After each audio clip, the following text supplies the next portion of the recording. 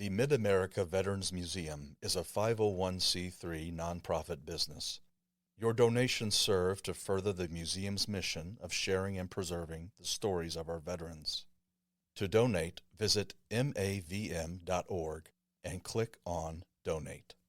The content covered in this podcast is for general informational, historical, and educational purposes only. Discussions about historical events, military service, personal experiences, or sensitive topics are presented for educational and archival purposes. The views, thoughts, and opinions expressed by the host and/or guests do not necessarily reflect the official policy or endorsement of the Mid-America Veterans Museum. Neither the organization, host, director, nor the guest shall at any time be liable for the content covered, causing offense, distress, or any other reaction.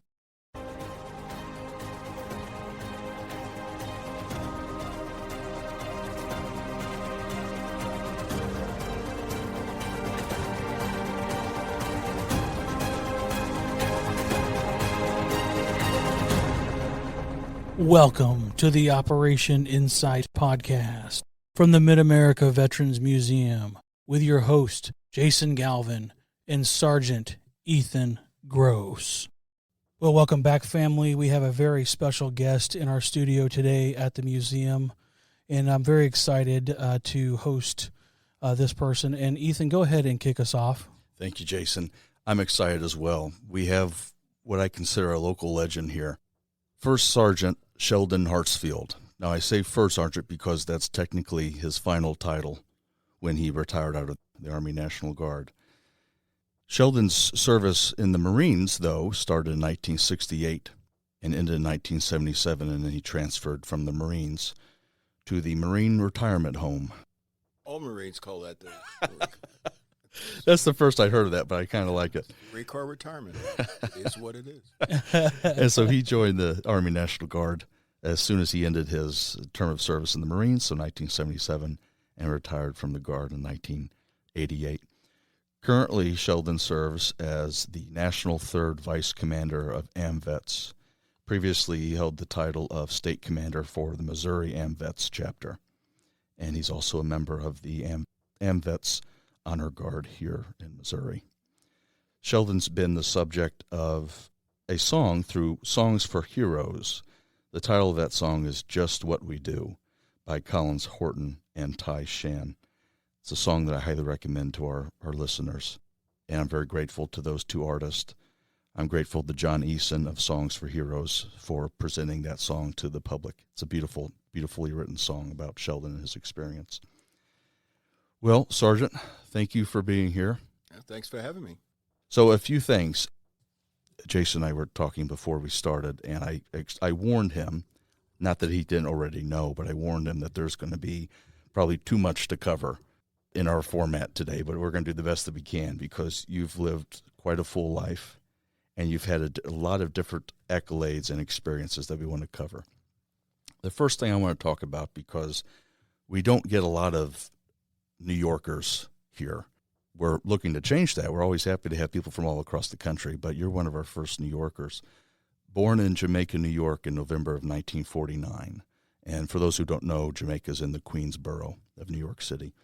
Tell us about your experience growing up in New York.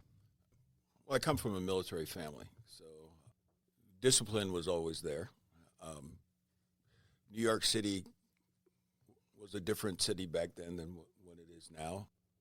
I come from a very tight-knit family.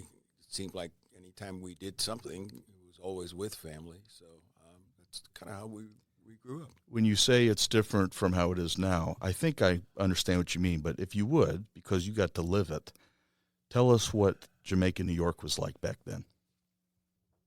It was my earlier days because I guess from being born till about, maybe 5, 6 years old when I lived in there. Jamaica, New York at the time wasn't much different than O'Fallon is now. Small little suburban kind of area. We were right up the street from the St. Albans Naval Hospital. My father ran a dry cleaners on the corner. Walk around the corner and go down to the house. And, just basically every day, middle-class family. Yeah. Nothing special. And you mentioned something that I want us to get into, and we'll just get into it now. You come from a long line of military men. I'm going to go through the list here that I have. Your great-great-grandfather was a Buffalo soldier. That's correct. Your grandfather fought in World War I. That's correct. Your father was a grounds crew member for the Tuskegee Airmen. That's correct. Your Uncle Jack fought in World War II in Korea. That's correct. And your older brother fought not alongside you, but also fought in Vietnam. Right. They didn't allow us to be there at the same time. Sure. I had to wait. He was in country when I was due to be deployed, and they held up my deployment until he came home. That's kind of that Saving Private Ryan rule, right? The Sullivan Act. Sullivan Act. That's Act, right. yep. Yeah. Yep. Well, if you can, Sheldon, I'd really appreciate our audience to get even just a little bit of a history about the Buffalo Soldiers and the Tuskegee Airmen. I'll start with this, just the basics. So the Buffalo Soldiers were actually originally formed in the 10th Cavalry Regiment, and that was out of Fort Leavenworth. And you and I were just talking about the memorial there, the beautiful memorial on post. That happened in September of 1866. And funny enough, this is a tie-in to my own Army experience, so I wanted to make sure to mention it. By 1913, the 10th Cavalry was stationed primarily out of Fort Huachuca in Arizona. That's where I attended my AIT through military intelligence. And they were temporarily led for a short time by General Pershing, a Laclede, Missouri native. So I wanted to make sure to mention that. That's correct, yes. That St. Louis, Missouri type connection. But if you would, and then the Tuskegee Airmen are very famous. Lots of fantastic films have been made about their service in World War II, but they were the first African-American military aviators in our armed forces. If you would, Sheldon, from whatever you have to offer us, tell us about the Buffalo Soldiers and the Tuskegee Airmen. Well, I'm only 75 years old, so I'm not old enough to remember my great-great-grandfather. Sure. I have pictures, and in my younger days, my great-grandmother told me stories. I have a group picture of his unit. And essentially, he left South Carolina and went out west, as a lot of African-American men did back then. You went where the opportunity was not that great. So you went where the money was, and you went where the opportunity was, and that's where he went. We like to think that he started because I tell people that I have an unbroken line of military service, 200 years in my family. So we look at him as the starting point. And I have stories, him on the prairie and things like that, and some of the pictures. It was, as I understand, quite a daunting I'm sure, job to do. Yeah. And all I have really is stories that I've heard from the elders in my family back when I was young. I do remember a coat that was made from buffalo hide, big burly coat that he wore. And I believe that the picture I have, he has it on. Wow. That's awesome. What a cool artifact. That is very cool. So I never got a chance to meet him. So, all I always had was stories. I would have loved to have met him. I could only imagine, those stories of riding through the prairies and those kind of things. So, What was his name? Lee. Okay. And it was Hartsfield, is that right? No, his last name was Gross, Gross, Lee Gross. Gross, okay. Not that different from mine. Another cool connection we have here. Tell us about the Tuskegee Airmen now. Dad. Dad wasn't a pilot. Dad's forte was cars. He liked to, work on cars. Sure. Engines and build things. So when the three brothers, my father and his brothers, decided to join the military, they all went off into different fields. The story that I got was the CO's car broke down, And instead of duty, which was kind of funny because I wound up in the exact same situation, where he was able to fix the CO's car. They realized he was good at working on motors, and next thing he knew, he was in Italy, repairing planes, engines on planes and things. So at that point in time, was it with the Tuskegee specifically, or yes. just? Oh, it was already. Yes, okay, specifically with them. Yes. So at some point, it was in the earlier days. Sure. In the beginning, just before they got the red tails, and then during the red tails, Gotcha. that red tail that was painted on the tail of the aircraft wasn't always there, but he was there before and during. So then he returned to, I think it was Moden Field Yes. in Alabama. Is that right? Alabama, that's correct. I've gotten to visit there. Yes. And I've gone to Tuskegee University, walk Yes. around the campus, Right. just to see if I could kind of get that feel of, I think you understand this, what I'm about to say, that feeling of history. I get the same could. thing when I go to West Point. It's that Really? feeling of the history that's there. Knowing the people that walked there before you. Yes. You know, Yes. if you can kind of get into that almost kind of dreamy state, you almost feel like you're there with them. You know, being in the military, if you know, you know. I mean, you know, when you go into places like there or West Point for that, the history is so great and it's so embedded even in the soil. Yeah. I mean, once you get there, you feel it. And that's kind of how that is. Yeah. Well, I think that's an amazing family history, an amazing family lineage. I'm probably going to stumble over this question, so, bear with me here, Sheldon. Did your family history and family lineage, the Buffalo Soldier, Lee, your father, and the Tuskegee Airmen, did that help you with your black identity? Or how did it affect your black identity? Maybe that's a better way to put that.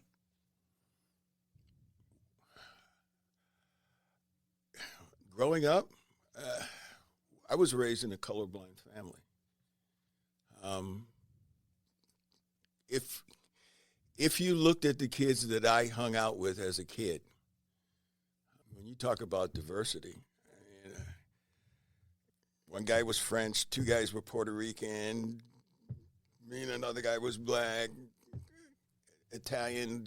It was like we were just the kids from the neighborhood. Sure. There was no Racial divide. That's how I grew up, too, being a military kid. I didn't even know the difference. We didn't know the difference. I didn't know the difference until someone pointed it out to me. And that's the truth. We didn't know the difference. We were kids we hung out with. We enjoyed hanging out and doing kid stuff, crazy kid stuff. We rode our bikes. The old adage of, you get out of the house in the morning, and as long as you're home by the time the street lights came on, that was true. Yeah. I mean, and that's what you did. Okay, you might have came home for lunch and then out. We weren't allowed to be inside. Yeah. Until You're right. bedtime. I mean, you laugh, but that's It is very true. That is very true. What are you doing in the house? Are you sick? Get out. Yeah. Or I'll find something for you to do in the house. That's why we were never there. We didn't want them to find something for us to do. And that was one of the chores. Mhm. So, I'm out. See you later. And that's also, I think, the beauty of New York. It's such a melting pot of cultures. It is. I mean, everybody lived, you never knew who your next door neighbor was or, where they came from. Yeah. I mean, every place, my whole neighborhood, I lived in a predominantly Italian neighborhood, and it depends on where in the block you live. Okay. Like I said, Puerto Ricans. Sure. A lot of the blacks lived over here. The Italians lived over here. Yeah. Regular guys lived over here. Just, Yeah. We all walked to school the same way. We all went to the same schools in the same neighborhood. We all graduated from the same high school. It was how it was. No big deal. This is a nice tie-in to something that about your family, your mother specifically, that wasn't normal. Is it correct that your mother was one of the first African-American models in New York City? Yes, she was. Tell us more about her. Beautiful woman. She got that. They had a thing in New York called Miss Subways. And they would take pictures of women. And as I remember, I guess it was every month they had a different Miss Subways. And as you rode the New York subways, they'd have her picture up there. One time she became I missed subways, and then got a modeling deal out of it. Did some modeling. That's awesome. Was the purpose of that some sort of advertising, specific advertising, or just photographs? It was. You mean the Miss Subways? Mm-hmm. It was a city thing. It was a city promo thing to get people to ride the subways, and that was their deal back then. And so they had a Miss Subways. There was always a Miss something. So they had a Miss Subways, and yeah, she was the very first black Miss Subways. That's amazing. And got a little modeling contract out of it. Now, your father came from Tennessee. Yes, Paris, Tennessee. Paris, Tennessee. How did they meet? In New York. They just met at a social function. My mother was a very beautiful woman. My father was a good-looking man, and I guess, what happens, happens. First came my brother, then me. So that's kind of how it worked. So let's get into your brother a little bit, because that's going to lead to your service then. Did you have any indication that your brother was going to join before you did? Oh, yeah. What were the telltale signs? We knew. Okay. We knew. Come from a military family. I didn't play cops and robbers. I didn't play cowboys and Indians. We played war. I played with the little green army men and the old things. We came from a military family. Sure. I made grandma and great-grandma mad because I was supposed to be an Episcopal preacher. My brother, Lee, named after my great-great-grandfather, Leland, he had already went into the Army, so I was the last one that they were trying to save. So they almost had me talked into going to the seminary, and then I remember that moment sitting on the front porch of our house where I said, nope. And I went down and signed up. Boy, were they mad at me. How old were you when you signed up? 17. Did you have to get it signed off on at that point? Yeah, I did, but I didn't go in at 17. I went early entry. Gotcha. Went in soon, right about at turning 18. Gotcha. Not to belabor the point, Sheldon, but can you recall what it was that changed your mind in that moment? What was that factor?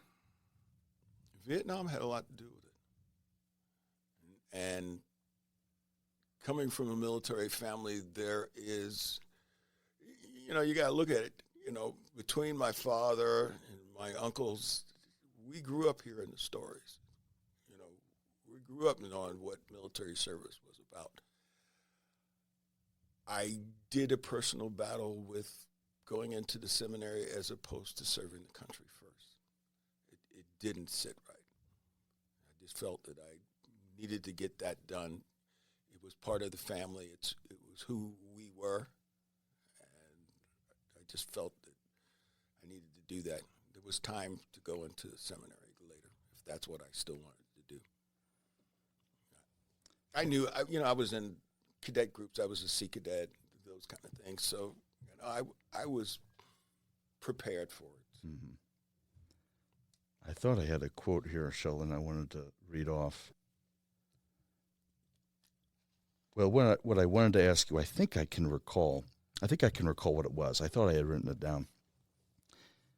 Well-informed, needs no training. Oh. Tell me about this moment. Classification day. In Marine Corps Basic, and I'm assuming they still do it to this day, they had a day called Classification Day. And that is when they haul you to a room and they try to figure out what you either know or what you don't know. That's where they can decide if you're going to be a regular grunt or you're going to do something different. I was a school photographer in high school, really good with a camera. We knew all the ins and outs. That was before digital cameras, so you had to know film speeds and Sure. ASAs and f-stops and all that, plus how to operate in a dark room. So I knew this because I majored in photography. It was my art major in high school. So here comes classification day. So they're asking, what do you do? And, I had a limited grasp of Spanish because I took Spanish. I was able to hold a few conversations, but not as well as I wanted to, but still. He said, what do you do? I said, I take pictures. I'm a photographer. All right, well. They sent me to the photo lab. And in the photo lab, the guy comes in and asked me a bunch of questions, and he had a wall that was full of pictures. And he says, there's something wrong with every one of these pictures. And he says, I'm going to leave the room, and I'm going to come back in about 10 minutes, and I want you to tell me what's wrong with the pictures. Comes back. I tell him what's wrong with the pictures. Some of it was the photographer's error. Some of it was an error in the darkroom. You could tell the difference if you knew. You knew. So we had this conversation, and he looked at me, and he says, okay, well, there's nothing else I can say. So this card that they give you, that they send you back to classification, It said, well-informed, needs no instruction, recommend OJT. So I take it back. He goes, we got a combat photographer here. All right, well, cool. So I move on, and we go through. Classification is probably in the second or third week of a 12-week boot camp. So, I finished the greater majority of boot camp thinking I'm going to be a photographer. And then you have a time toward the end of boot camp where they sit you around. I think you saw that if you ever saw Full Metal Jacket. He Sure. set everybody around, told them what they were going to do. Well, that actually did happen. They set us around, they call your name, told you what your MOS was. Yeah. And my MOS was comm. So they sent me to communications electronics school, no camera. So, There was a gap they needed to fill. It was, How do you think that happened? Have you come to understand why they made that decision? It's the military infinite wisdom. Yeah. They say you where you go. Exactly. I sent you two pictures. One picture, I was standing in a barracks. That was comm school. I was about to graduate from comm school. The second picture was the Antos Battalion, and that was just before I went to Vietnam. But I spent the first tour in Vietnam, boots on the ground, being a radio operator. Okay, well, then that's when things change. Sure. So, I start off communications with a communications MOS, and by the end of my career, I was military police and corrections. So there was a lot of things that happened in between there. I was a bodyguard and Chaser. Well, the chaser's a funny thing, and it's a Marine Corps thing. If you get a chaser card in the Marine Corps, it haunts you. So they woke me up one night and they said they had a prisoner had to go to the brig. I said, "Do you have a chaser card?" "No." "Well, we'll give you one." So they take me up to headquarters. You take the guy to the brig and come back. You think it's over. Yeah. But now you have a chaser card. Yeah. Now you're qualified. So now they wake you up all the time. Okay. And that's fine. But I didn't realize that when you move to another location, a different duty station, that chaser card went with you. Yeah. So, you look at your record and go, "Oh, you got a chaser card." Yeah. So after 2 tours in Vietnam, I wound up working at Correctional Center at the headquarters, 3rd Naval District. And we did a lot of literal cross-country chasing, taking them from here to there. And then that's when my second tour in Vietnam caught up with me. So, well, you've covered a lot of ground, and you've actually hit on many different things I want to touch on. But I wanted just really quickly, you mentioned Full Metal Jacket. I should mention, as with other guests, Sheldon, and you and I have talked about this, I was able to watch your Veterans History Project video interview, and in it, you said that and I want to make sure I understand this correctly, you said that Full Metal Jacket is probably the closest representation of Marine basic training that you've ever seen on film. That's correct. That is absolutely correct.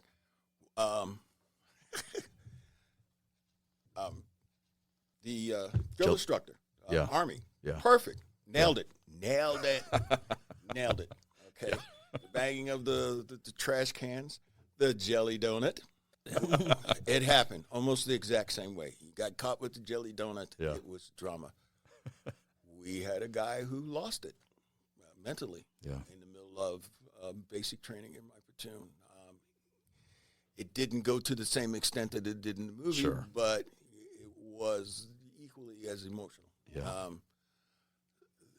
Basic training in that movie was as realistic as I remember remember going through Paris Island. It was. It's a great film. It's one of It my is. favorite Me military too. films. You also mentioned Antos. You said it real quickly, but I caught it. The M50 Antos, or the Thing. Tell me about this vehicle. It's an anti-tank weapon. I belonged to the 3rd Anti-Tank Battalion. It was actually my very first garrison unit in the Marine Corps, the 3rd Anti-Tank Battalion. It is a 4-passenger APC, I guess you'd call it. For the difference between that, it has 6 106 recoilless rifles mounted on it, like you saw the picture in a trifold. They can fire one at a time or all 6 at a time. And you basically, you traveled with tank battalions. You moved in and out of the battalions. You crested hills, and you attacked tanks. The only downside of that was you didn't want to take a round because the armament was not that thick. And 106 recoilless rifles, I don't know why they call them rifles, but they're breech loaded, and they only load one at a time. So once they're empty, you got to get out, open the breech, eject the shells, and reload them. There was a drawer under the bottom that had the empty shells. So 2 guys had to get out. So we had a grease gun, which is a Tommy gun, an automatic. One of us got out with the automatic weapon. The other one got out, opened the drawer, unloaded, reloaded, and we climbed back in, and off we went again. But they were nice. Yeah, they were nice. You could blow up stuff. It's aptly named, the Thing. It is such a strange looking, because of those rifles sticking out from the top of it, and it's not very large either. No, it's small. It's small. We were in there cramped. I bet. You had your driver, you had a guy next to him, and then the radio man, me, and the gunner, and sitting in the back. So, and then you had a hatch in the back, and out you went. You also mentioned, and I want to talk about this briefly because this comes back in your career later on, being a chaser. But specifically, there's a story that I hope you don't mind if we get into. If I'm understanding the timeline correctly, this would be the first time you ever discharged your weapon on another person. Yeah. And it's while you were a chaser. It's what sent me to Vietnam. I shot a guy. Tell us about this story. I was at Camp Lejeune and chasing. Well, normally they give you a nightstick. These guys aren't too dangerous. They got drunk, made a mistake. This guy was a little bad boy. They gave me a weapon. And they give you a weapon, they give you 5 rounds, 45. So they give you 5 rounds. So the thought process in the Marine Corps was that if you lost your prisoner, you did his time. Ooh. That'd be no good. I've never really tested that out to find out that, but we were always told that. Yeah. Well, he decided he wanted to run. And I yelled for him to stop, and he didn't stop. So I fired 2 rounds. 1 round hit a tree right alongside, about eye level, right alongside of him. I was hoping it was going to stop him, and it didn't. And I shot him in the leg. That stopped him. I bet. Yep, something grabbed him. He went straight down. I wasn't going to do his time. But he still had to go through office hours, and they had to investigate the shooting and the whole 9 yards. I was found innocent, fined 8 cents for the round, given a pack of cigarettes, and sent to Vietnam. Oh, my goodness. Consolation prize. I actually had to pay 8 cents for the round. Weird. Yeah, you didn't turn in the round, so they charged you for it. They charged me for it. They did. I mean, you didn't turn in your gear. And they gave me a pack of cigarettes. So that was at Camp Lejeune, is that right? That was at Camp Lejeune, yeah. And so from there, you were flown out to Okinawa as a prepping station, is that right? Well, no, you go to California. You go to Camp Hamilton first. Gotcha. It's what they called staging. And you're there for 14 days, and you learn how to exist in the jungle. They have mock-ups, shows you the booby traps and that kind of stuff. So you go through that training, and then they put you on a plane. So the first stop to Vietnam is in Okinawa. So you you go to Okinawa, they take all your clothes and everything away from you, and they give you a camouflage pickle suit and a bunch of other stuff, and you're there a couple of days, and they stick you on the plane, and next thing you know, you're in Da Nang. At this point, are you still assigned to the anti-take No. unit? Who are you with at this point? I'm just out there. I was just out there. When I left Okinawa and flew to Vietnam, I still didn't have a unit. When I got to Da Nang, I was given a unit, 1st Battalion, 4th Marines, put on a helicopter and flown up north. Tell us about that experience in your first tour. Scary. I mean, we landed. The LZ was hot when we landed, so that was you start taking fire right away, and you just learn the deal. I mean, Vietnam it's very, very hot. When it rains for like 2 weeks. Monsoon is something terrible. Everything you own is wet, and you're wet to your bones, and you deal with that, and then the heat comes, and then you're steaming. It's just miserable conditions. Miserable conditions. All right, you're either in the mud or you're in the dirt. Out in the jungles. I mean, it's just what you do. Yeah.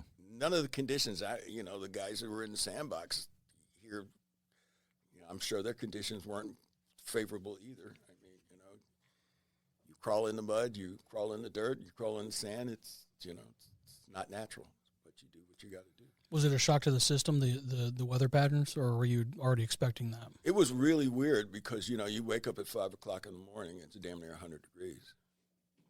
You had these flags. You know the flags. They have these flags that they put out and they warn you, you got to be careful what you got to do, It was one thing in Okinawa because you were in a non-combat zone, but, in Vietnam, in the combat zone, it didn't matter how hot it was. If you had to go, you went. That first tour was a year long, is that right? 13 months. 13 months. Wow. And now this is the part of your story, Sheldon, that I'm just kind of boggled by this. So what I've heard you say before is you sort of had a plan when you entered into the Marines, and that plan was primarily to not be stateside. Yes. And so you enacted this plan after your first tour was supposed to end. Tell us about the way you finagled your way to stay away from the United States. You're not supposed to be out of the States more than 2 years. Okay, so I've been out 13 months. So I come back, and they bring you back to Okinawa. Well, they had cold weather training in Japan, Mount Fuji. I'm like, wow, Japan, cool. So I volunteered. So we went to Mount Fuji and did the cold weather training, worked with the Japanese self-defense, had a few days off, got to go to Tokyo, Yokosuka, and a few other places, got to see Japan. Awesome. So we did that. We went out. We left Okinawa on an LST, a flat-bottom boat, about 4 or 5 days to get to Japan. Same thing coming back, back in Okinawa. So now I'm getting close to the 2 years. Haven't quite gotten there yet.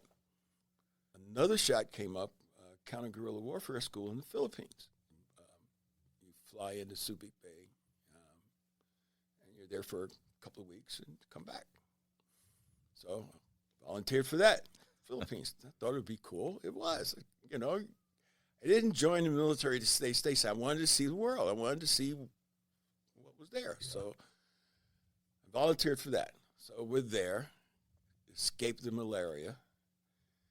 Most of the guys got malaria, and I was able to escape that. But there was an aircraft carrier there at Subic Bay, and some of the guys in the Marine detachment got malaria.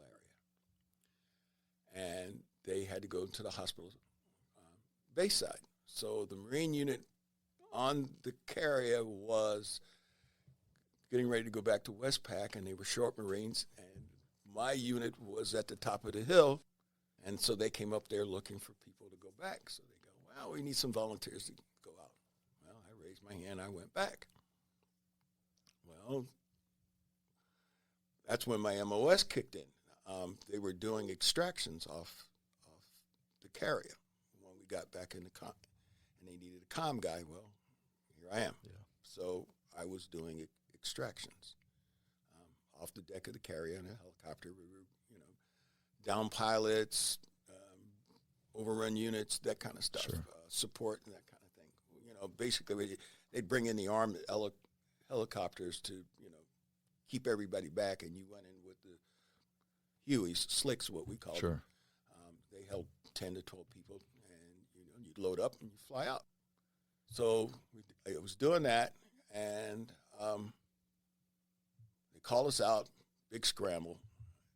This Navy officer was in a jam. Navy Admiral, he was there for some sort of inspection. The area got attacked. Yeah. Here we come. So we fly out, we do this, we go into the area. The area's hot, a lot of fire and everything. So we circle, we find them. I jump out of the craft, I go find them. And I had some kind of colorful words for him. Basically, look, dude, I'm short. I don't have time for this nonsense. You do what I tell you, and we'll get out of here alive. He never said a word, did exactly what I told him. Yeah. He did ask me what my name was. I thought I was going to get written up because of the way I talked to him. And Yeah. Off we went. Sure. So we get him back. The ship comes back to Subic Bay, and they're waiting for me. Been out too long. Yeah. So ship me back. Yeah. So I had orders for New River, which is a helicopter squadron in North Carolina.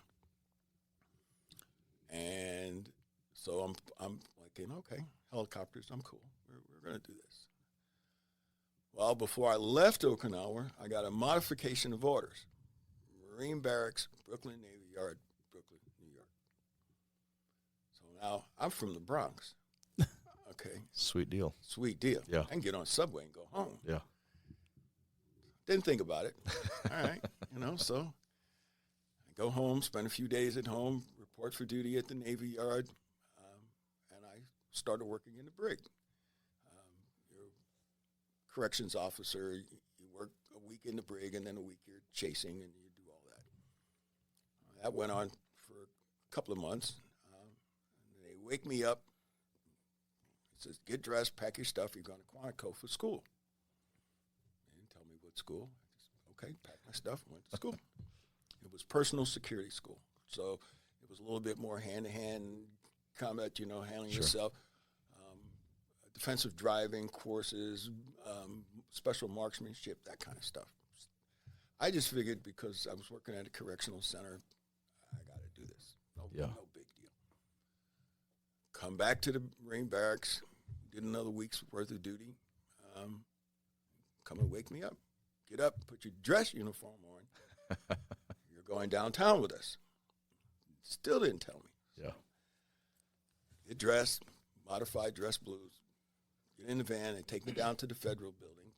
So you go upstairs and report to the 3rd Naval District Headquarters. That's where you're working now.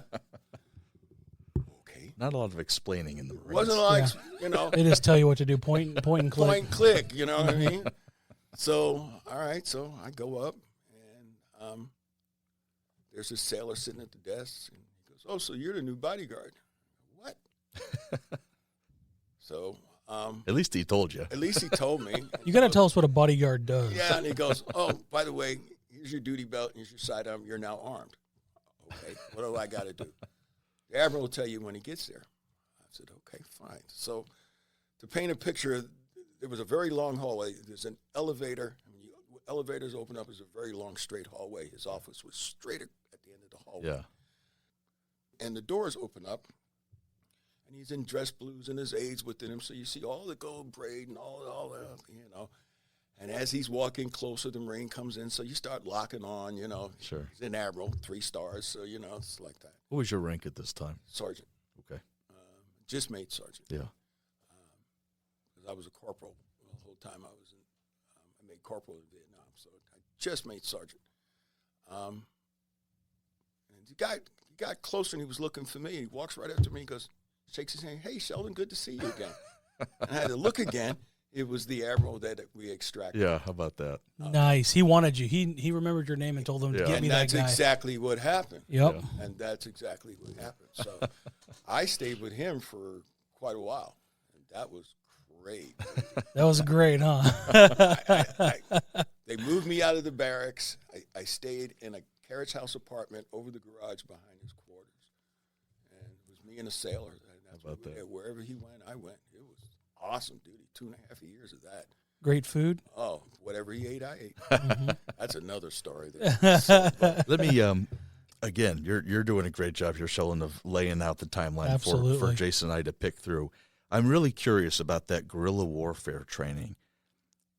So I'll just ask the question that I'm curious about. Was that structured in a way to help Marines, soldiers, service members in Vietnam? yes, it's counter-guerrilla warfare school. They used the Philippines because of the jungles. Vietnam, it was a jungle warfare. Combat in the jungles is a lot different. You're dealing with snipers. You're dealing with primitive but effective booby traps, Sure. things like that. The jungles of the Philippines was a great place to recreate that environment and set those things up to prepare you for that. So that's why they call it counter-guerrilla warfare school. So if I understand you correctly, it sounds like you would say it was successful in that preparation piece. It was a very effective school, yes, very effective. Wow. I didn't even know they had it. I knew the Army I had did. the Army had something with Tigerland, I think they called it, or something like that. I didn't even know the Marine Corps had that. It's the first I've heard of it. Was it like a 6-week school, or how long was it? No, we were there, maybe close to 6 weeks, maybe close to that. I want to say around a month, at least a month, but yeah, it might have been 6 weeks. Were they rotating people in and out of that place to get the many numbers of people through it, or was it I honestly selective? Or couldn't tell you. I didn't even know it existed. and they just told you to go? They just, Well, he volunteered. Oh, you volunteered. That's right. it That's was, right. yeah. You didn't want to come back stateside. I didn't Okay. want to come back stateside. They had a couple of slots. They Yeah. called it counter-guerrilla warfare school. It Sounded sounded interesting. Cool. Sounded cool. Yeah. I mean, I'm a young guy, all right? Where was I then? 19 going on 20, something like that. By the time I was 18 when I went to Vietnam. Yeah, I'm going on late 19, going on 20. I'm living the life. I'm An adventure. That's exactly what it is. I mean, you've been there, done that. You know how that is. You know where you are. So it was an adventure. And I shot for it. I'm breaking my timeline here, but I just remembered I'm very curious about this dichotomy, and it just kind of struck me as we were sitting here talking, Sheldon. You went from cold weather training to basically jungle school. Yeah. Why were they having a cold weather training take place? That's interesting. I'm glad you mentioned that. Because the Korean War had already obviously occurred. And we weren't 15 anywhere cold, right? Exactly. That's what I'm kind of getting at. I was in San Diego at comm school. That picture was 69, 70, something like that. They wanted us to go to 29 Palms for desert warfare school. Wow. And we couldn't figure out why we wanted desert warfare school when we were fighting in the jungles. And look at us now. Right. That makes sense. We couldn't figure it out. Anybody want to go to desert warfare? Well, I don't want to go to desert warfare school. We're fighting in the jungle. What good will that do me? It made no sense. Yeah. It made no sense. That's what they were, especially out of comm school. Comm school, they were trying to get you to either go to jump school or some other weird school. So I didn't want to jump out. I wonder if there's any forethought on that cold weather school With Russia. With Russia, yeah. That's what I was thinking, or even China. China, yeah. Potentially. We were right at the base of Mount Fuji. I understand that area. They built some buildings and things like that, but we lived in tents. We lived in big GP tents, GP lodges, the stoves, Oh, yeah. old school, Back to the basics. back to the basics. Yeah, Okay. And, How are you with the snowshoes? the Mickey Mouse boots. Oh, the big white. The big, well, the snow, they They call them Mickey Mouse boots. They look like combat boots, but they were bigger and they were kind of. Then I remember those. That's what they and you shaved and washed out of your steel pot like you do what you do. Yeah. I remember those big boots. My dad had some of those. Mickey Mouse, yeah, that's what we call them, Mickey Mouse boots. The other thing, I don't want us to fly over this extraction duty that you had for your second tour. I think I can speak for both Jason and I when I say that I'm really curious exactly of the mechanics of how do you extract somebody from North Vietnam? What goes into that? You get in a slick, which is a Huey, unarmed. I mean, it has some minor armament. You usually go up with some sort of armed escort. Sometimes it's Cobras. Sometimes it's, fighter jets. Depends on the situation. They know where they're going. I sat in the door gunner's spot, so they have a mounted M60 there. You sit there and you shoot it as needed from the door. You find him, you circle. There he is. You land. You jump out. You snatch him by the collar. Get your butt in here and let's go. That's basically how it works. Yeah. If it's extraction, it depends. If it's like a squad or something, you don't have to say, once you hit the ground, they're running. So you're good.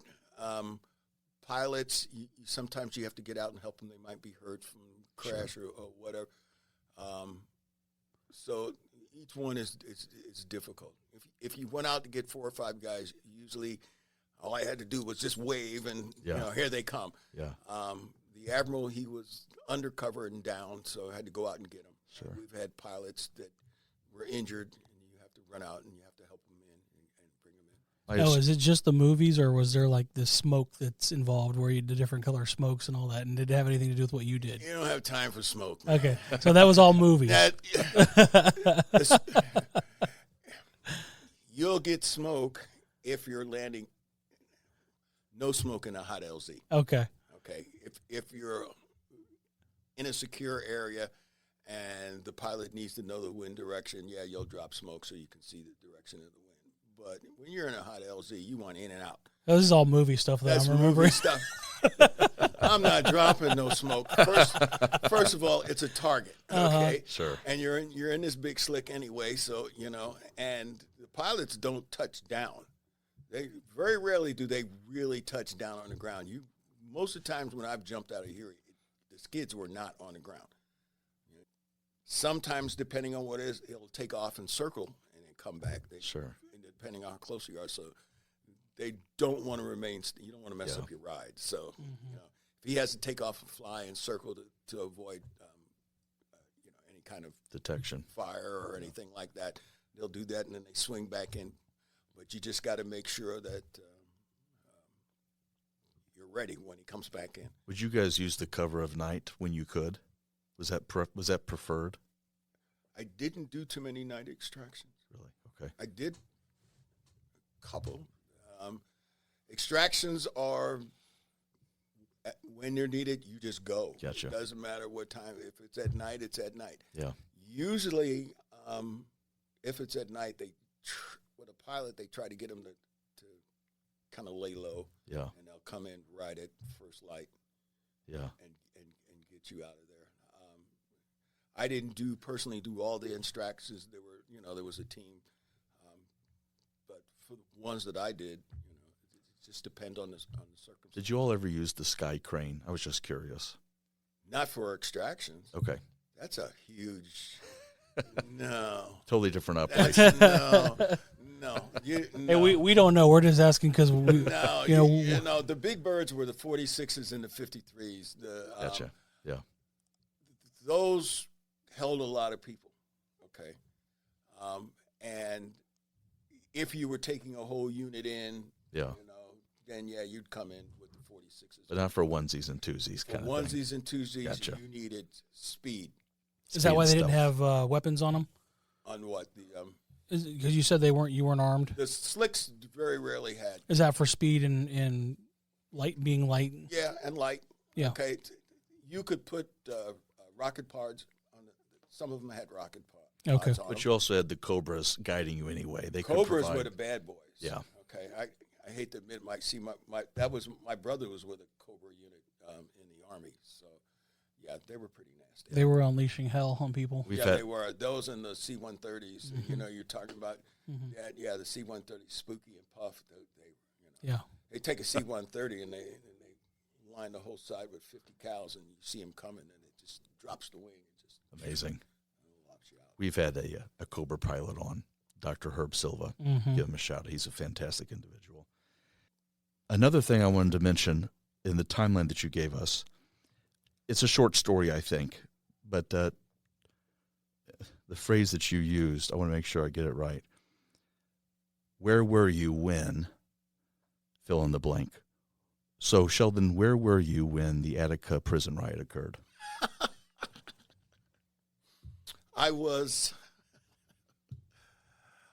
We were on a prisoner chasing assignment, and we were in New York. And the way they did that was they would charter what we call puddle jumpers. This was that day, I remember, because it had a weird name. It was a 19-seat Otter. That was the name of the plane. It was an Otter, was what it was called. And we puddle jumped to little small municipal airports, and we'd pick up one or two prisoners. We fly in, right there by Attica. And the normal process was usually the state police had the prisoner, and they bring you the state police they would bring you the prisoner at the terminal. You shake them down, paperwork, and then on the plane, and off you go. Well, we fly in right in the middle of Attica. Okay, so the state police come and they go, "You guys can't leave." Well, why can't we leave? Well, we got a prison break. I ain't got nothing to do with us. Okay. Well, we got shotguns. We've got handguns. We've got leg irons. I mean, we came to transport prisoners, so we're pretty much. It was a team of 5 of us, and we were pretty much armed to the teeth. Yeah. So he goes, "Well, you guys can't leave. We might need you." I don't work for you guys. Nope. Okay, it doesn't work like that. We called you CO. Well, you better get him on the phone with me. And sure as hell they did. And got my CO. Well, you guys got to wait there until they get it on the hand. If they need you, you got to do what you got to do. Wow. So they didn't call us. We stayed there. On standby. Yeah. But, yeah, it got close. How about that? It was, yeah. Didn't have any idea what was going on around us. We just There were no cell phones back then. there was no cell phones, No media right there. It wasn't like that. We were in this little small regional little tiny airport. Yeah. And we heard what was going on. Everybody's running around like crazy everywhere. You didn't know what was going on. It wasn't until we got back and saw it on the late night news what happened. And Understood we were like, wow. Yeah. We were right in the middle of that. Yep. And that was, I know you know this, told for the audience, that was September of 1971 when the Attica prison riot occurred, which that was, I'm sure you know this, Sheldon, that was a turning point in terms of inmate welfare and how inmates are supposed to be treated in the United States. So it was a big event. Big event. I want to get a little bit into the weeds. Well, actually, more than a little bit. I want to get into the weeds about you being essentially personal security for the Admiral. I'd love to hear some stories, some anecdotes about that experience. Wow. He was William Pugh, Annapolis graduate, submarine commander. He was one of the submarine commanders who was in that flotilla that went into Tokyo Harbor to torpedo Tokyo Harbor during World War II. Wow. You remember this? They made a movie about it. Well, he was one of those guys. Getting out, taking depth charges, busted an eardrum. So it kind of ended at the end of World War II. It ended his submarine career. I met him by accident. Sure. Saved his life. Very interesting, very learned man. Like I said, an Annapolis graduate. Let's see. I was told I couldn't eat at the mess he was eating at, and I had to go down the street to where the NCOs had to meet. It's this young Navy ensign. And that was the last time he ever said something stupid like that, because my admiral just said, he's with me. He eats where I eat. He eats what I eat.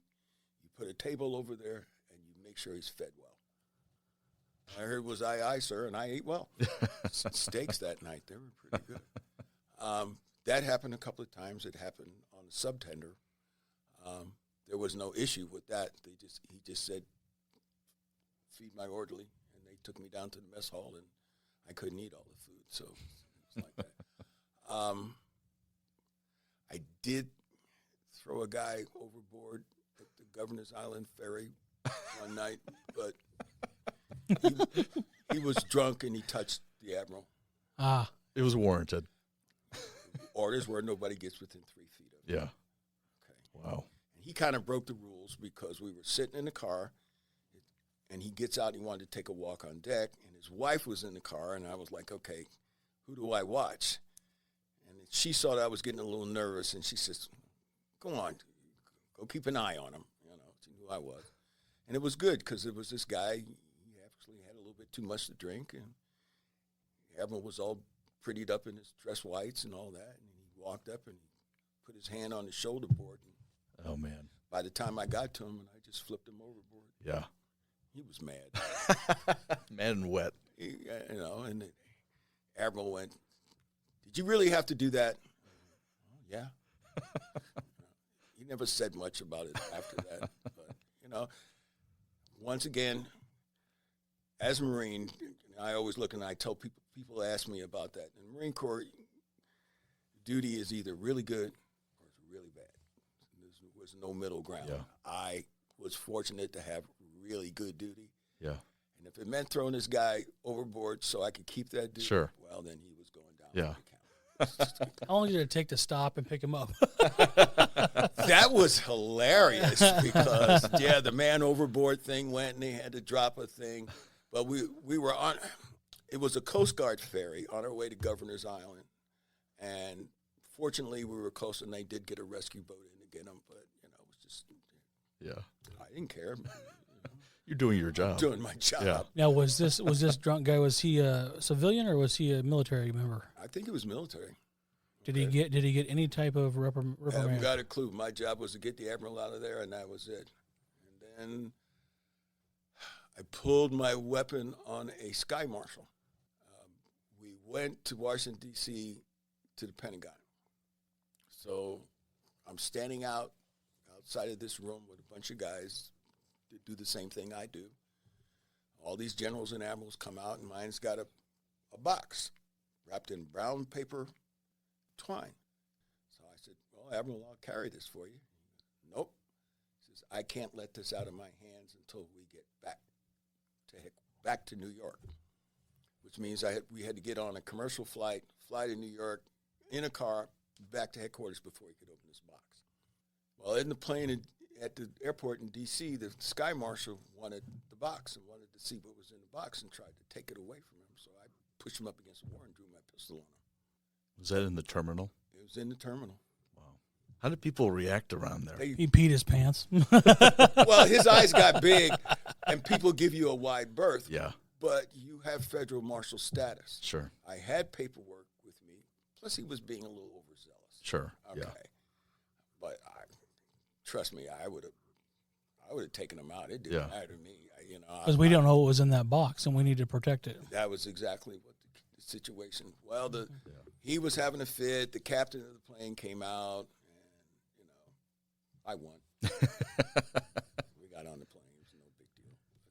This Interesting, is cool stuff. That's awesome. This is a nice tie-in to furthering your education. So you did start at City College. Mm-hmm. You did ROTC while at City College. But it was at that time, while you were a college student, you decided to do the early entry in the Marines. And we've gone through that. Yeah, 1 year at college. 1 year at City College. Going back now to, is this around 72, 73 when you were the security detail for the Admiral? Yes. So tell me if I understand this correctly. There would be times that you'd be sitting in the hallways of the Pentagon, for example, studying in order to finish your degree. Yes.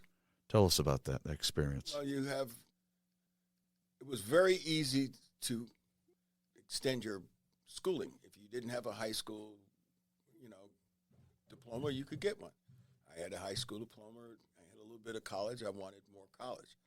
So they test you to see how far you are, and then they issue X amount of credits based upon your knowledge, and then you take what we call MCI courses, which were courses through the University of Maryland, and you could take courses to finish your degree. Well, I spent a lot of time waiting. Sure. Sitting around waiting. You take the boss someplace, and he'd be in a meeting with all these mucky mucks, and you're sitting around 2 hours. So what are you going to do? What are you going to do? So I studied. What degree did you end up with? Communications. I was a broadcast engineer. Okay. Very nice. Broadcast engineering, because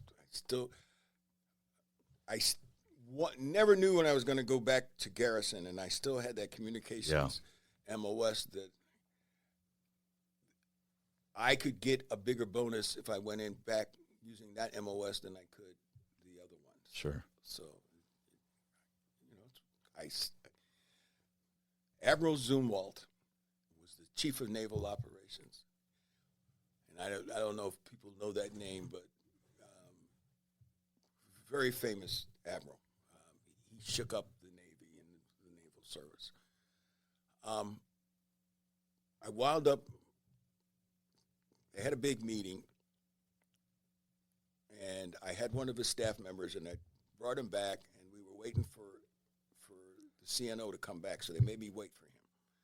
So I had to go up and get him and bring him back to the special plane that they were flying in. And I had my course.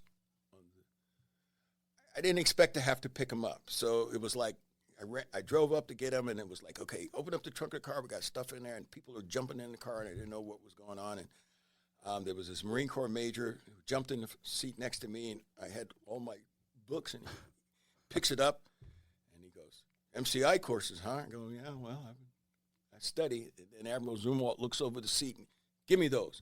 And he takes them from the major's hands, and he looks, and he goes, you're studying this? And he goes, yeah. This is what you do? Yep. Okay. That's when I made staff sergeant. Wow, how about that? Was that a promotion on the spot? Not on the spot. Okay, shortly thereafter. It was shortly thereafter. Yeah. And how about that? I worked for the Navy, and then the Marine Corps barracks was down the street, and then the commandant of the Marine Corps barracks wanted to see me, and he comes in and he goes, "What did you do?" He says, well, "You got a promotion, no promotion board. Put the stripes on." Yeah. And that's where we figured. That's amazing. That's where we figured. That's where it happened. Nice. So funny enough, Sheldon, the part you just mentioned about your major and the degree you ended up with leads to, well, I think anyway, at least your decision to move to St. Louis. Yes, it did. So tell us about that. I always wanted to be a disc jockey. I just, I had the voice. I played with it, so I got an internship at the local radio station. I was already back home, and I could do a couple hours at night and, hone my skills and get better. Well, my brother was still in the Army, and he was stationed here in St. Louis at the Mart Building. So he said, why don't you leave New York, come out to St. Louis, and see what's going on? He knew some people. And he goes, see if I can get you an interview. So he got me a interview at 55 AM KSD was at the time. So I came out, got the job, worked for him a little while, and then a big conglomerate came in and bought them out, Group W. And their whole programming changed. So I went back to doing some local second board, just kind of fooling around, just to scratch an itch. Now, at this point, you had discharged from the Marines. Is that correct? That's correct. Had you already signed on to the National Guard? Yes. Okay. Tell us about that. I signed on here. Gotcha. I started, I was going to do it in New York, wound up had a unit I was going to get involved with, and then knowing at the time I had changed to move here, I had a friend who was in the Guard unit, 1136 MPs at JB, and said, "Why don't you just come by and check it out?" So I did. Well, one of the guys that was there was another Marine who I was in Vietnam with. Hadn't seen him in quite a few years. So talked me into joining the unit. And we talked about the retirement home thing already. Yeah. Nice place to Marine go Corps, out. there were a few of us Marines, and there was some Army prior service there, but I wasn't done. I didn't want to hang up the uniform yet. Sure. But, working for the Admiral, it's dress blues, it's all the time, always on call. There was no room for error. Yeah, when you're always on, it's a lot of work. It's always on. Reminding your P's and Q's constantly. All the time. You had to be really, really careful where you were, where you weren't. You just couldn't. Yeah. Which I didn't mind so much, but every once in a while you wanted to let your hair down. Sure. And then when you wanted to do that, you just couldn't do it. So. And the Army National Guard, if I understand correctly, offered you rank parity as well. Because that's what the Army does. I originally went to the Air Force, and he goes, "Well, you're an NCO. We can't take you. You have to drop a stripe." I'm like, "No, man, I worked too hard for these stripes. I'm not giving up a stripe." Well, the recruiting office wasn't all that big. It was on the corner of the Grand Concourse on 149th Street in the Bronx. And there was an Air Force guy there, and there was a Marine sitting over there, and there was an Army sitting over there. I can't remember whether it was Navy. I didn't want any more. I was getting out of the Marine Corps. I didn't want to go into the Navy because I was still, around too many Marines. And so I said, all right, I'll try the Air Force. It was either going to be the Air Force or the Coast Guard. So the Coast Guard said you had to drop the rank, and so did the Air Force. And there was the Army recruiter sitting there. He goes, "You can keep your stripes." I'll take you. Cool. So, yeah, and that's what I did. And so, funny enough, there's so many different points in your career of service, Sheldon, that I feel keep feeding into each other in a way. Because like you mentioned, you said it there, it's an MP unit at Jefferson Barracks. 1136 MPs, yes. And you had kind of this quasi-training through your time as a chaser and through your time at the Brooklyn Naval Yards.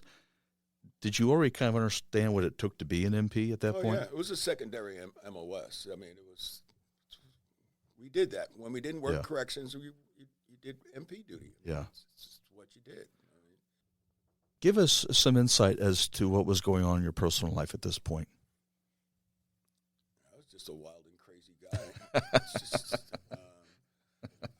I had a buddy who was stationed there with me, Earl. He was from Baltimore, and on some weekends he came out and stayed with me at my house with my parents, and then other weekends we jumped on the bus when we had long weekends, and we went to Baltimore. It was only a few hours, Was it 2.5? something like that. Yeah. Something like that. Went out to Port Authority. Sometimes we didn't even get out of uniform, get off duty, straight to the bus terminal. You get a better seat having a uniform on? I don't think it mattered. But it's funny. I hadn't seen Earl in almost 40 years, and I was in Arlington laying a wreath at the Tomb of the Unknown, and we met up. And his parents had passed away, but he's still living in that same house in Baltimore. So we rekindled an old friendship, which was really great. So That's great to hear. Yeah. So when was it that you started a family? That's kind of what I was getting at earlier. Well, were you still in? I was out. Okay. I was out. My my oldest, Freya just turned 40. She just turned that's my youngest. My oldest, Eric, is 43 43, 44. Then Aaron is 14 months younger. And Freya she just turned 40 right after Labor Day, right around Labor Day. So the National Guard, you were with them from 77, which was the end of your time in the Marines, until 1988. There's even more to cover, I feel like, even after your service ended. When was it that you got involved with AMVETS? 2000. I was with the... Oh, wow, long stint after.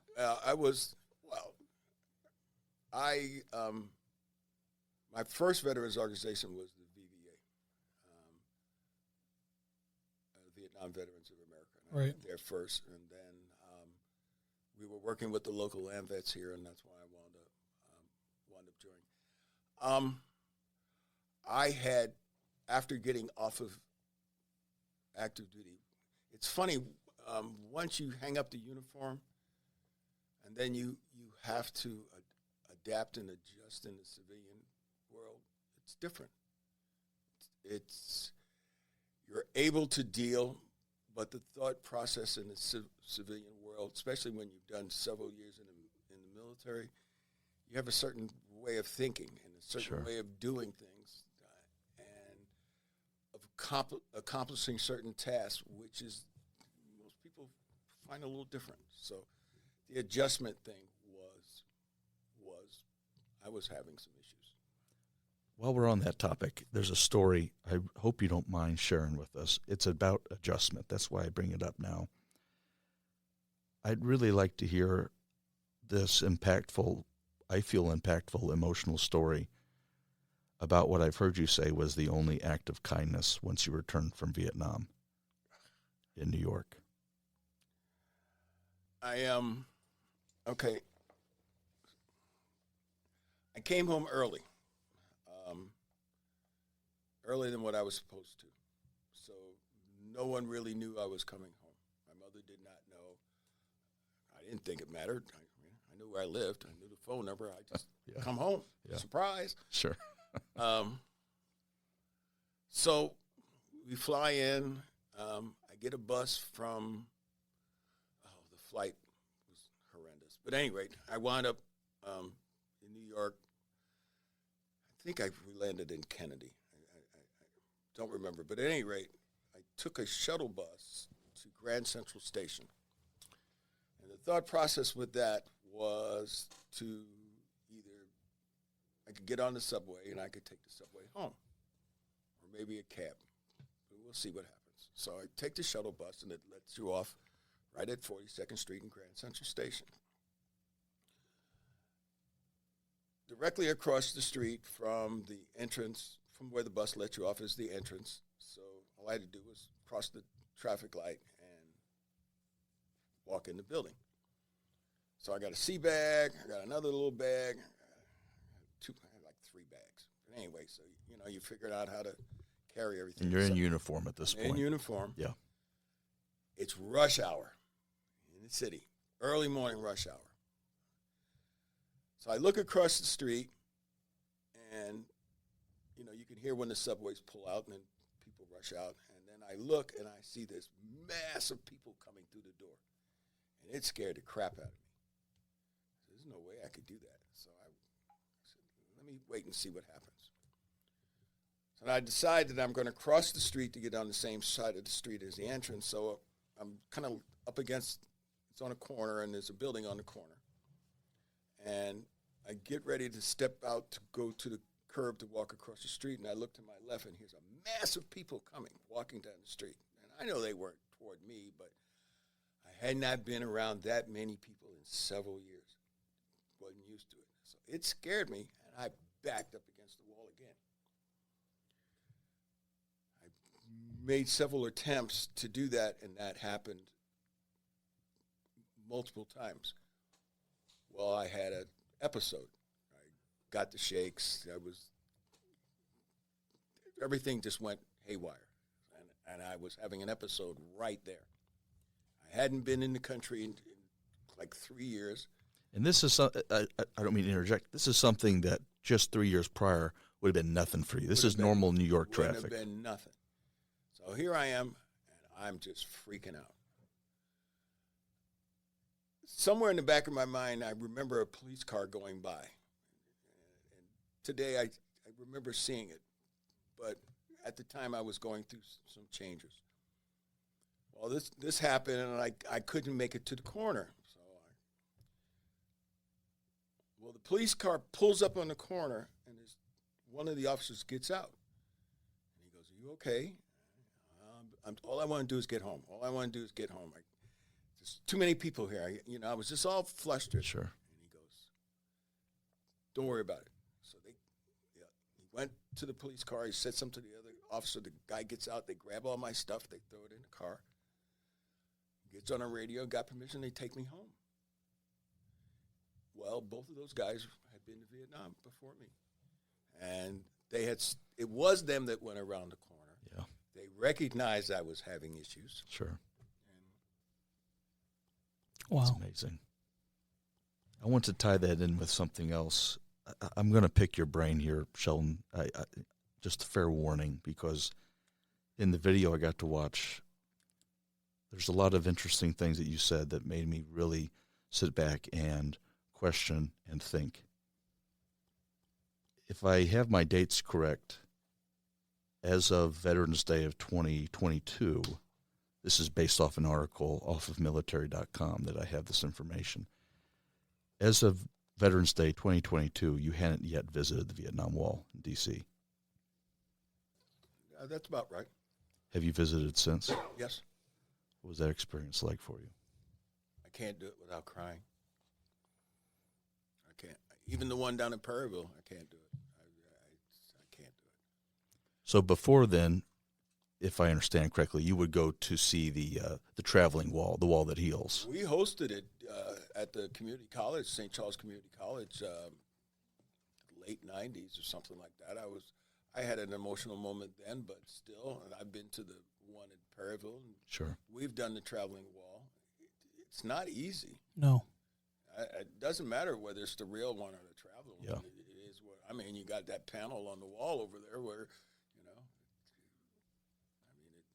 it's not easy. I was not able to do the wall, the big one.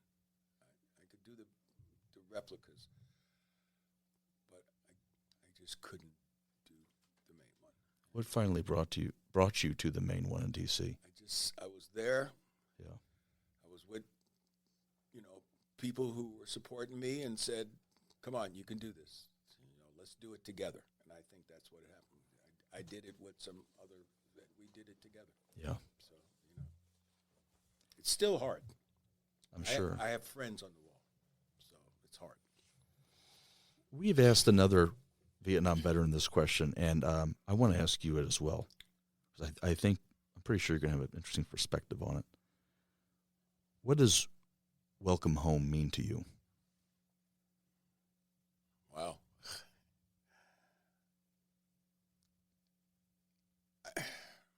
I guess just thanks for being there. All right. Our generation was raised differently, okay?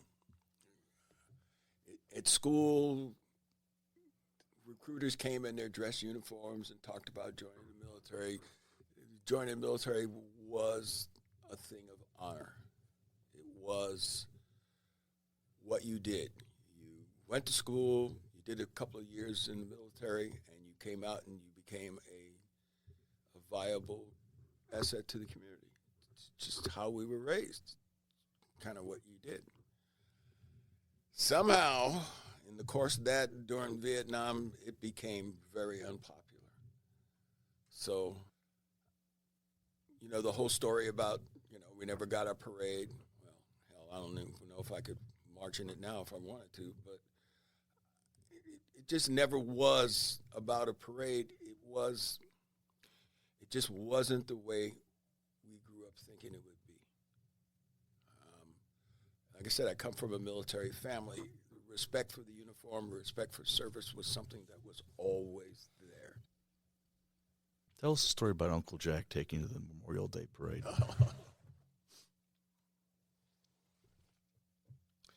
Uncle Jack. Wow. Give me a second. Take your time. Uncle Jack was a World War II veteran and a very quiet individual. When he came home from work, they had a little courtyard they set out, and he had one of those tables with the umbrellas, and he'd sit there, have a beer or two, and never bothered with anybody. He was Uncle Jack, you know. But we heard the stories. We always heard the stories. From him, my father, all my uncles, we always heard the stories. As I got older and realized that I was going to go into the military, his stories became more serious, I guess. He probably, amongst all the men in my family, probably was the greatest influence. A lot of things, the advice that he gave me, I utilized while I was on active duty. He was, to this day, he was, and I grew up around some amazing people. It's saying a lot. Yeah. Yeah. He was that guy. He was, you know, they sometimes you can't always talk to your parents. My father was an understanding man, but he was a hard man. Okay. You know, raise kids, you know, a little harder. Uncle Jack, you didn't play with Uncle Jack, but you could talk to him. Him, and then my mother, Uncle Elmer, we were the black sheep of the family because he was Navy and I was Marines, and all the rest of the family was Army, so, you know, it was like that. But these were the guys that I could talk to. Uncle Jack was probably the main guy that I could talk to, especially after I came home. I understood why he would sit there by himself a lot of times and thinking and looking out, because I found myself sitting with him and talking about things that I didn't talk with anybody else about. So he was a special person. As we sit here and talk with you, Sheldon, and Jason, I'm curious if you feel the same way. There's a certain stateliness about you. Yeah. And I hope you don't take offense to this. If I was just to meet you and not know your backstory, I would have assumed you were a retired officer with the way you present yourself. I get that a lot. You were around that 3-star. It rubbed It off. rubbed off on I was you. around a lot of officers. Yeah. I was, yeah. And it makes sense because, and as I mentioned at the beginning, I want to reiterate it. By the time that you retired from the Army National Guard, you had achieved the rank of First Sergeant, which is a prestigious rank within the NCO Corps.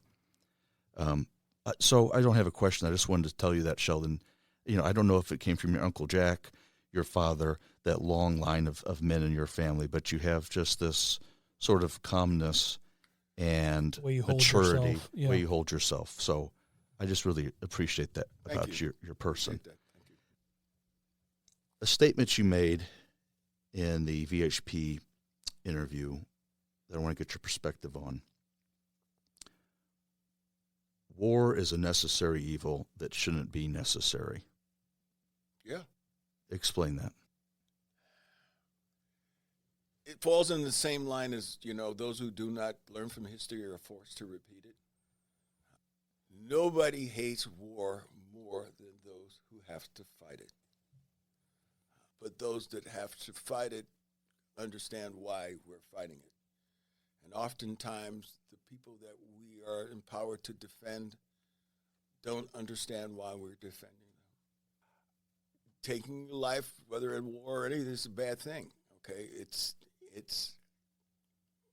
doesn't make anybody feel good. I've seen my share of ugly. Vietnam was a brutal war. It was bloody. It had parts of it that shouldn't have been. But it was necessary. We were told we were there to thwart the spread of communism in the world. But even if you look at, and I've always been a history buff, and you hear hear that even in today's politics, you hear the term peace through strength. It's kind of how it works. I mean, if we did not have the strong military that we have and have had in our history, what would we be sitting here talking about right now? Right. It's a threat deterrent. I love my peace and quiet. I have 7 grandchildren. I love them dearly. I want them to be safe. Sure. And if that means I have to make some personal sacrifices for my family's safety, then so be it. Sure. The American dream comes at a cost. It does come. Freedom is not free. Yeah. We can throw all these, terms and all this stuff around, and there's a lot of truth to it. But there's a big difference, and as you know, somebody who served, between those that did and those that didn't. We have a different mindset. I understand that those that were not able, and I don't hold anything, but then you have, especially in my generation, you had those that said, oh, hell no, I'm not going, I'm leaving the country and doing all that. I wasn't that guy. We had to stay and fight the fight. That's what it is. I think our nation's better for it. Before we close, Sheldon, I'd love to hear about your involvement as the 3rd Vice Commander of AMVETS. I'd love to hear about your involvement as a member of the Honor Guard for AMVETS here in Missouri, and your involvement with the museum. Okay, where do you want to start? Well, also, let's the O'Fallon thing. Yes, the Veterans Commission as well. If you would, start with the museum. This place here. I introduced Ralph Borelli to the mayor, told the mayor that we needed a building for the museum, and the mayor said, I got a building, and here we are. There's the story. I know a guy, and I have a building. That was the story. Yeah. I didn't have anything to do with the setting up and any of that. That was a whole different group of people. But they came to me and said we needed a building. I said, okay, I'll get you a building. And so I had Ralph meet me at City Hall, and we were having a function there, and I introduced him to the mayor, explained what the dream was for this place. And he says, I've got a building. You want it? I said, yes. There's nothing else to the story. Thank you for that, Sheldon. What do you remember about Ralph, just very quickly? Oh, I had known Ralph for years. We had worked together to rename Veterans Memorial Parkway.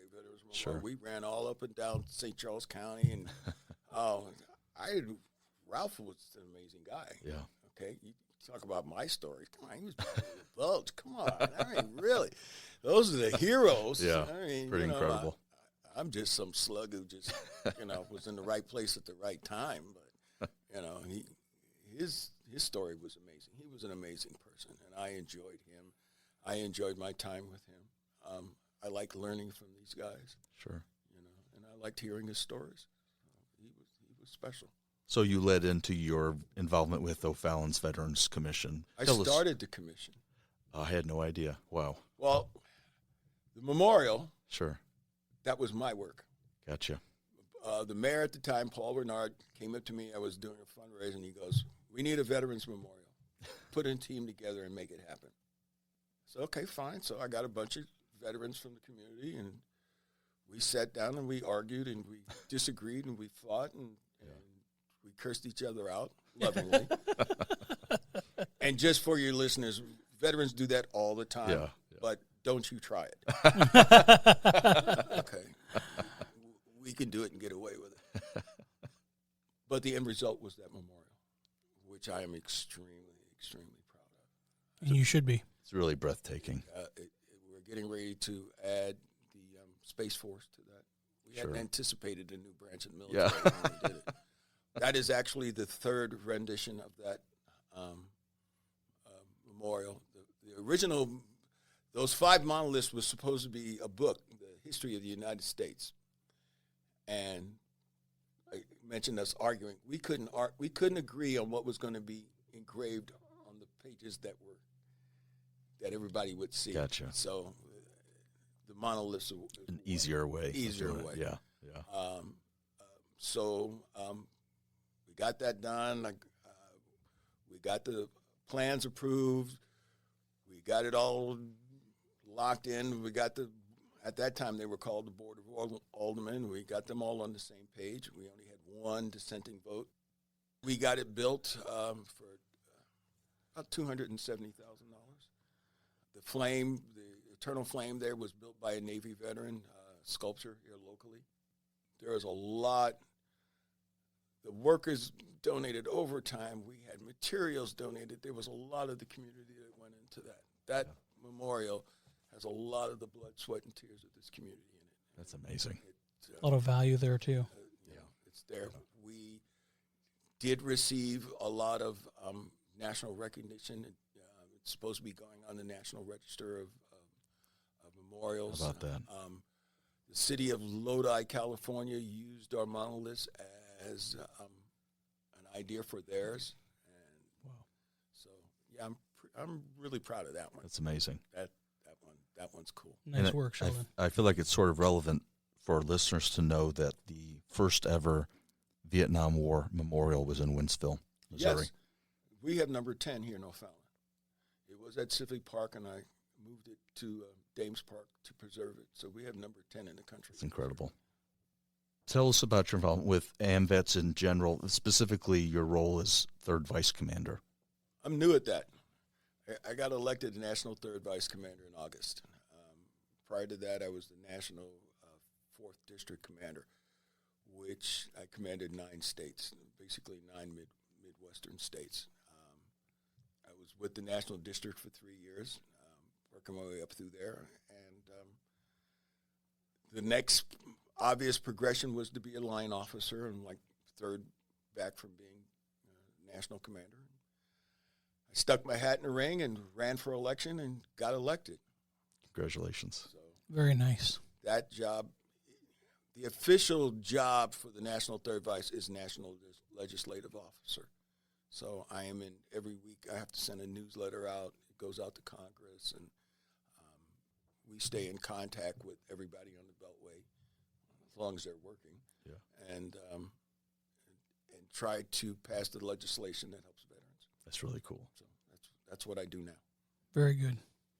And then tell us about the impact being on the Honor Guard has had on you. Military Funeral Honors began late 99, early 2000. We came on in 2000. Our team we've done as much as 350 funerals in a year.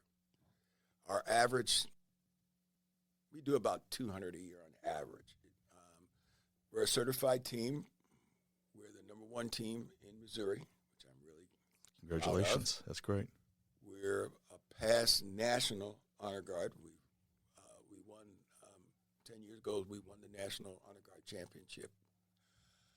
So we have a nice little history amongst ourselves. We have special certifications that we're allowed to do generals and things like that. So, Sure. So we get a lot of the high profile funerals, generals, senators. If you were somebody, when it absolutely positively has to be done right, What an honor. we get called on. Wow. So just as a plug, the director of Military Funeral Honors, Colonel Smith, will be the guest speaker at the walk on Veterans Day here in O'Fallon. So I'm really pleased about that. He's an amazing man. Military Funeral Honors is the last promise kept. We were promised a lot of things when we joined the military, and one of the things we were told is that when we die, they're going to fire the salute and they're going to Sure. play taps. And my team and we have several teams here in St. Charles County that we do this. We ensure that the last promise is kept. We are probably one of the busiest areas in the country. They tell us that when we go to order new equipment, new stuff. So. The last question I have for my part here, Sheldon. What goes through your mind when taps is being performed at those military funerals? I'm in the zone. So there's not a lot. When I do military funerals, and we're all the same way, your focus is the mission. We operate off a set of cues because we work with the military when we do this. So the protocols, we operate off of cues. So there's no real commands and things. So we know what we're supposed to do at a certain time. So the thought process is to do it the best way possible. No popcorn, which means that when we fire the salute, it's supposed to sound like one rifle, not three. The folding of the flag has to be just right. The presentations that are done with the folding of the flag, and the state of Missouri has a coin that they give, and then the rounds that we fire, we bag up and we give those to the family. So all this is done in accordance. It takes about 5 or 6 minutes from the start to the time it's all done, but it's all coordinated. It's all done a certain way, and to be quite honest with you, I don't focus on any one particular. It's everything happens. It happens in a certain order, and you don't think about it until you walk away. That's where it hits you. And I tell this story. The hardest part of doing military funeral honors is when you're trying to walk away to make a discreet exit, and that widow is chasing you down with tears in her eyes and that flag, clutching that flag, thanking you for being there. And she got more things on her mind to worry about us. But this has happened too many times where that widow literally chases you down. Amazing. So a lot of emotions. I know I said it before, I think it warrants being repeated. Just what we do through Songs for Heroes, John Eason's group, Collins Horton and Ty Shan wrote and performed that song. It's a beautiful piece, and it's a beautiful testament to your service, Sheldon. Not just mine, all of ours. Yes, you're right. It's a team. And I don't think there's any doubt, there's no doubt in my mind that whether it's your great-great-grandfather Lee, Uncle Jack, your grandfather, your father, whoever it is, they'd be proud of the part you had to play in your family's legacy in our nation's military. It's preserving my family legacy. That's what's important. I'm the last one. My son damaged his leg and he's not able to serve, so I'm the last in the unbroken line. So I have to do what I have to do. It's an honor to meet you and an honor to have you here today. Thank you. Appreciate it. Well, with my final words, I think, Sheldon, I think the theme that I've come away with in this entire interaction and everything that I've read about you and heard about you before this interview is this is from my lens how I view you. You continue to show up and change the lives of others, and that was pretty evident to me in a post that I saw from Collins Horton on the Songs for Heroes page, where you happened to visit him while he was performing. Oh yeah, and Nashville. Couple of months ago. Couple months ago in Nashville, Yeah, and one of the things I read that Collins said is that there was a lot that was said from him, but one of the things that really struck me the most was that Sheldon, don't realize or didn't realize that is exactly what he needed at that time, and you were a gift from God at that point. I found that out after he was going through a rough time, and we came into Nashville. My niece was visiting. Her husband was going to a conference there. They're from California, so we drove down to be with them. I called Colin and said, "Hey, I'm in town. You playing? I'd like to see you." I hadn't seen him since we did the song, and we went and we had some good times together. And then I found out afterward that he was having a bad time, and my presence made a difference. So that felt real good, though. That really did. I could see the smile on your face when you were near him in the picture that was posted with it. And again, as we sign off tonight, Sheldon, you do continue to show up and change the lives of others. Thank you. And with that being said, we're going to go ahead and sign off of the Operation Insight podcast from the Mid-America Veterans Museum.